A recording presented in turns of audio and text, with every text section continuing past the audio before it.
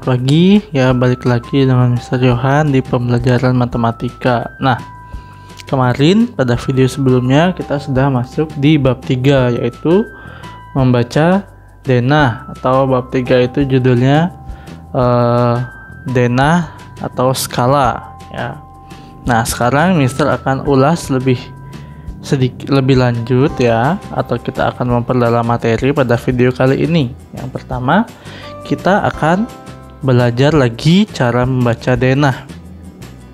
Nah, di sini kemarin juga Mister sudah sampaikan ada arah mata angin ya. Biasanya pada denah arah mata angin itu dilambangkan atau digambarkan seperti gambar ini ya, atau lebih jelasnya Mister gambar, ada gambar panah seperti ini. Arah utara itu biasa dia berada di atas.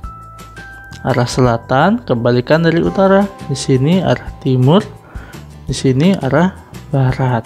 Nah, ini adalah arah mata angin. Nah, kalau kita ingin membaca denah, itu kita bisa lihat ya. Misalkan taman ini berada di sebelah apa ya? Taman itu berada di sebelah apa? Tenggara dari lapangan. Benar nggak? Ini lapangan. Berarti tenggaranya itu taman. Berarti taman itu berada di sebelah tenggara lapangan.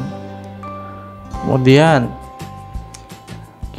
rumah Ika itu terletak di mana? Rumah Ika itu terletak di sebelah utara sekolah. Bener nggak utara sekolah? Ya bener, ini rumah Ika, ini sekolahnya ya. Oke. Rumah Adi sekarang, misalkan rumah Adi terletak di sebelah mana dari rumah sakit? Kalau dari rumah sakit, rumah Adi itu terletak di sebelah apa ini? Barat daya rumah sakit. Berarti rumah Adi terletak di sebelah barat daya dari rumah sakit. Oke. Kalau rumah Eno berada di sebelah mananya rumah Adi ya, berarti rumah Eno itu berada di sebelah selatan rumah Adi. Ya benar ya, ini rumah Adi, sebelah selatannya rumah Eno. Ya benar, itu adalah cara membaca denah. Nah, sekarang kalau denah itu di belakangnya ada kotak-kotak seperti ini ya, itu dinamakan koordinat kotak-kotaknya. Nah, kalau kita ingin membaca koordinat, itu kita harus membacanya dari yang mendatar, dari yang abjadnya dulu kita baca, baru yang tegak lurus ya, kemudian angkanya ya. Misalkan nih, sekolah itu berada di koordinat berapa ya? Sekolah itu berada di koordinat, lihat bawahnya. Oh, berarti sekolah itu di B ya. B, terus temannya siapa? 1, berarti kita bisa tulis sekolah itu berada di koordinat B,1 ya. Ingat abjadnya dulu atau yang mendatar dulu, baru yang tegak lurus.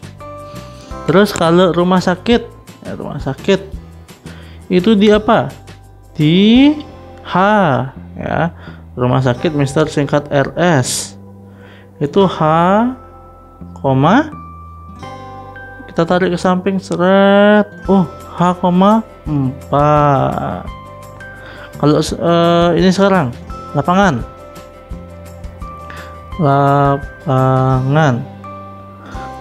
itu berada di koordinat, tarik ke bawah. Oh, ternyata di B,5. Berarti lapangan itu ada di koordinat B,5. Oke, seperti itu. Mister ulas lagi. Nah, sekarang kalau kita ingin menentukan rute perjalanan, kita itu harus tahu jalan apa saja yang dilaluinya. Misalkan Ika ya, Ika dari rumahnya ia ingin berangkat ke rumah sakit ya. Nah, berarti rute yang dilalui Ika tuh kemana aja? Oke, sekarang kita akan gambar rutenya ya. Berarti Ika itu jalannya dari sini ya. Berarti Ika harus berjalan ke arah mana? Ke arah timur ya, jalan dia menuju Jalan Batur. Kemudian dia berbelok ke arah utara menuju Jalan Agung ya. Berarti kita ke atas nih. Belok ke utara. Oke. Belok ke utara, dia menuju Jalan Agung. Nah, rumah sakit itu berada di sebelah mana jalan? Sebelah timur jalan. Nah, itu rute perjalanan dari rumah Ika ke rumah sakit. Sekarang coba lagi. Kalau misalnya rute perjalanan dari rumah Eno menuju lapangan. Oke. Kalau dari rumah Eno itu rutenya dia berjalan dari Jalan Mawar ya. Dia berjalan dari Jalan Mawar ke arah utara ya. Ke arah utara. Kemudian dia belok ke barat menuju Jalan Batur. Kemudian dia berbelok ke utara ya, menuju Jalan Merapi. Oke, lapangan itu berada di sebelah barat jalan. Nah, seperti itu ya. Oke, lagi kalau dia berangkat dari rumah Adi ke sekolah ya, sekolah. Berarti dari rumah Adi ya, dari Jalan Mawar kita berjalan ke arah utara ya, dan berbelok ke arah barat ke Jalan Batur. Kemudian berbelok ke arah selatan menuju Jalan Sesama ya, dan ikuti terus. Kemudian sekolah itu berada pada ujung Jalan Sesama. Nah, seperti itu ya kalau kita ingin menentukan rute perjalanan. Nah, sekarang koordinat itu ada yang bentuknya seperti ini. Ini dinamakan koordinat Kartesius ya, model Kartesius. Nama Kartesius. Nah, oke, koordinat Kartesius itu sebenarnya dia memiliki 4 sumbu ya. Ya, di sini Mister gambar kecil.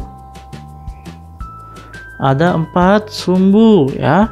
Di sini kita namakan sumbu X.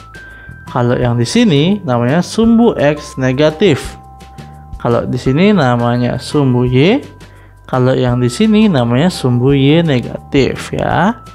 Itu dia sumbu-sumbunya. Nah, masing-masing sumbu ini memiliki angka. Kalau yang di sini di sumbu X ini semua angkanya positif 4. Kalau di sini sumbu Y semuanya angkanya juga positif.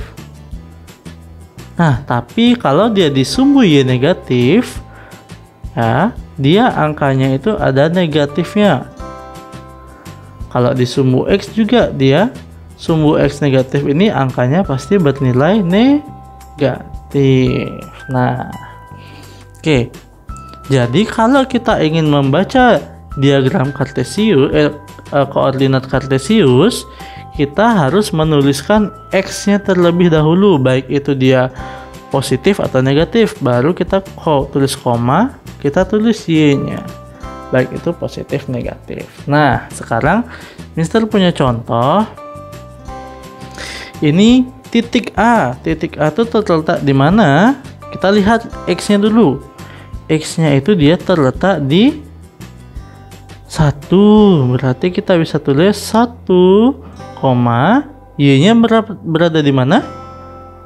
Oh, berarti dia sejajar dengan 0. Berarti Y-nya itu 0. Berarti koordinat titik A itu adalah 1,0. Kalau titik B, berapa ini? Titik B itu X-nya kita cari dulu, turun. Seret 2. Berarti 2, tarik sini seret. Oh, 4. Berarti 2,4. Titik B itu ada di koordinat 2,4. Kalau titik C, oke, titik C kita tarik ke bawah, seret. Oh, 5, samping, seret. Oh, 7. Berarti titik C itu ada di koordinat 5,7. Satu lagi, titik D, ya, titik D kita tarik ke bawah, seret. Oh, 6. Titik 6,4. Berarti 6,4. Nah, berarti titik A itu di 1,0, B itu di 2,4, C itu di 5,7, dan D itu di 6,4. Nah, sekarang dari titik-titik ini, misalkan saya hapus dulu, kita ingin membuat sebuah bangun, ya. Misalkan Mister kasih titik nih, ya. Mister gedein dulu. Mister kasih titik di sini. Mister beri nama titik X. Di sini Mister kasih titik Y. Di sini Mister kasih titik Z. Nah, antara tiga titik ini X, Y, Z, di mana Mister harus tambahkan satu titik lagi supaya dia menjadi bangun persegi panjang. Apakah di sini, atau di sini? Nah, mana yang benar? Ayo. Nah, yang benar itu adalah di sini, ya. Kita harus tambahkan titiknya itu di sini, ya.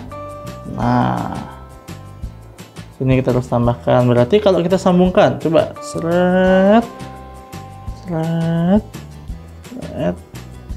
Iya, benar, dia berbentuk persegi panjang. Oke, coba lagi. Mister misalkan pakai titik A, B, D, ya. Kalau kita ingin membentuk dia jajar genjang, kita harus taruh di mana titiknya? Apakah taruh di sini? Apakah taruh di sini? Atau taruh di sini? Nah, yang mana? Di 5, 6, 7. Ya, yang benar itu adalah di 5. Coba kita hubungkan. Set. Oh, benar ya, dia menjadi jajar genjang. Nah, kalau kita misalkan taruh dia di titik 6, oke, seret di 6,0. Oh, ternyata dia jadi trapesium siku-siku. Kalau di yang 7, oh, ternyata dia menjadi trapesium sama kaki. Nah, seperti itu ya video kali ini. Kita sudah belajar membaca denah lagi, lebih mendalami dalam membaca denah, membaca koordinat, dan menentukan rute, ya. Nah, sekian video kali ini. Mister harap anak-anak bisa mengerti video yang Mister sampaikan hari ini. Jika ada pertanyaan, anak-anak bisa sampaikan di WA pribadi, ya. Oke, terima kasih. Tetap jaga kesehatan. Tuhan Yesus memberkati.